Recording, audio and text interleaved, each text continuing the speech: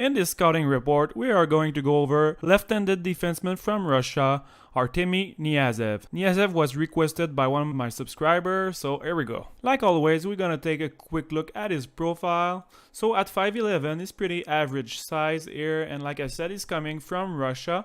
He played his first season in the QMJHL in North America this year with pretty good result, 13 goals and 34 point. Chicoutimi had a pretty young team, but surprisingly they had fairly good result this year with excellent player like Hendrix Lapierre, Theo Rochette, and of course Artemi Kniazev.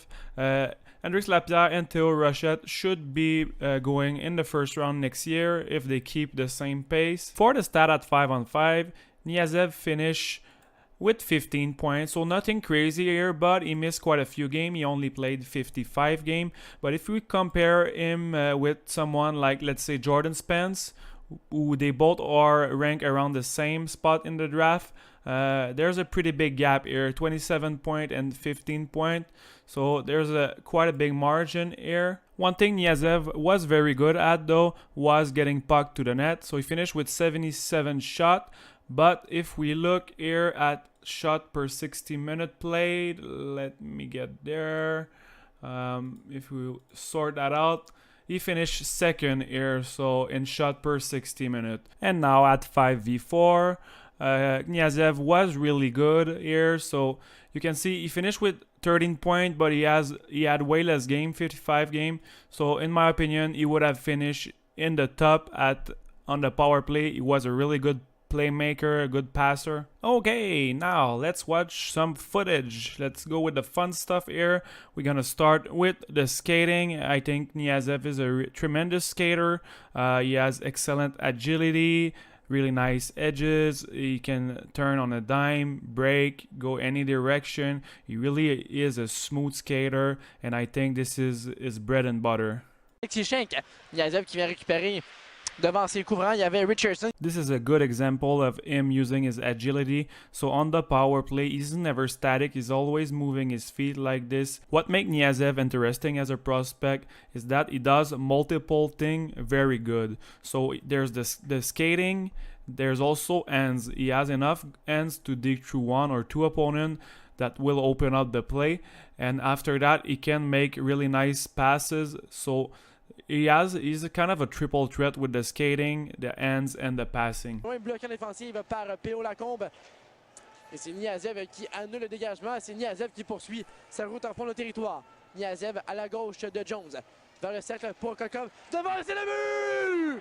One thing you're going to notice if you watch enough of Kniazev is that he's extremely aggressive, and not aggressive in a sense of physicality, but just in decision making. So he will always pinch, he will always find a way to go to the offense, and he will never get that many room to other players. So he's an in-your-face kind of guy, but sometimes it can be pretty bad. It led to a lot of chances to the other team, and we're gonna take a look at that later on the video. But for now, let's just show some example of him taking aggressive decision.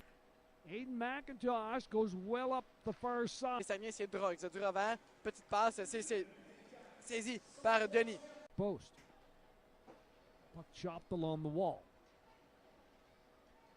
Now it's sliding back and comes to the front. That's quickly rifled away by the defenseman. That was Sibley.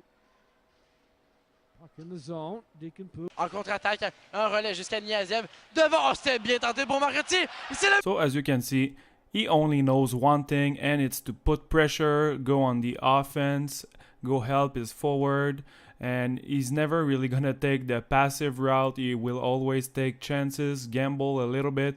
And for all the defensemen I've seen this year, I think him and Byram might be the two most that go on the attack, on the offense. The major difference though with Byram is that the timing. Byram is incredibly good at picking his spot, choosing when and when not to go help the offense, compared to Kniazev, where sometimes he takes really dumb decision with unnecessary risk. And I'm gonna show you some of the example what I'm talking about. I remember when I was playing when I was younger, coaches will always tell you be careful at the blue line. You don't don't want to do a turnover at the blue line because it's always dangerous. There's no one behind you. So I feel like Kniazev is too often is doing suicide pinches and taking just unnecessary risks. What I like to call player like Kniazev is high variance player. Because they are high event, they will create a lot of scoring chances, but they will also give a lot of them back. So it can really hard to coach those type of player because with only one decision, it can make your whole team defense crumble. Again, here, not a good idea to go this deep in the zone when your team doesn't have possession of the puck. On a 2-on-1 here, one more time he takes an aggressive decision, leaving one of the best goal scorer in the league, Nathan Legare, all alone.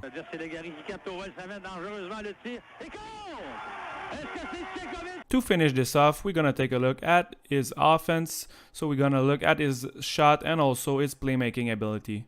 First, let's go with the shot. That goal is an absolute beauty. Look at how he used his skating ability to get in a high danger scoring area and he roof it. This is something he does extremely well. He doesn't have a very good shot. I don't think his shot is very powerful. But one thing he does well is he's able to use his feet to get in high danger area. If you've watched my last video with Samuel Bolduc had an insanely good shot, but the thing with him, he was not able to get in high danger area. And after watching him and now looking at Kniazev, it's insane how often Kniazev is able to take shot in close compared to Samuel Bolduc. William Dufour qui s'amène avec Pelletier, passe à Kniazev à toute vitesse, ça tire le but! And of course, after all those goals, his shot doesn't look too bad, but I'm gonna show you a few examples here that really show his lack of power. He doesn't have enough power behind his shot, and it's a pretty big problem, especially since he's an offensive defenseman. Permutation avec Kniazev, si on veut le lancer frappé sur réception. Kniazev, un tir de l'arrêt. One thing I've noticed is that team adjusts really well to Kniazev and they start to notice that he didn't have quite a shot from a distance. So they start doing a small boxes and almost dare him to shoot. And at that point, it becomes pretty hard for the team to be successful on the power play. En territoire du Dracon, remet à Kniazev. Kniazev est pivot à la ligne bleue. Encore 25 secondes à la période. Avantage numérique Saguenayien. Lapierre au cercle droit.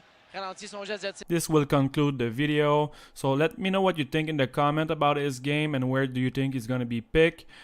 For me, at first, before going more in depth, I had him toward the back end of the second round.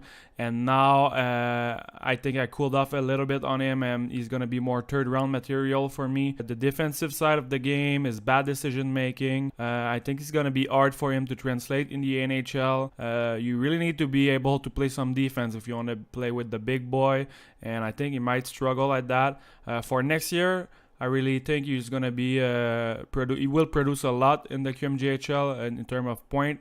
I'm not this I'm sure of, but for the NHL it's a different story. One random thing to finish this off, and when I was watching him, he almost felt like a forward to me. So he's so offensive minded. He has the skating, the hands, the passing ability. It would be really nice to see him play a couple of games forward and see what he could do. I rarely say that, but with him I think it could be possible.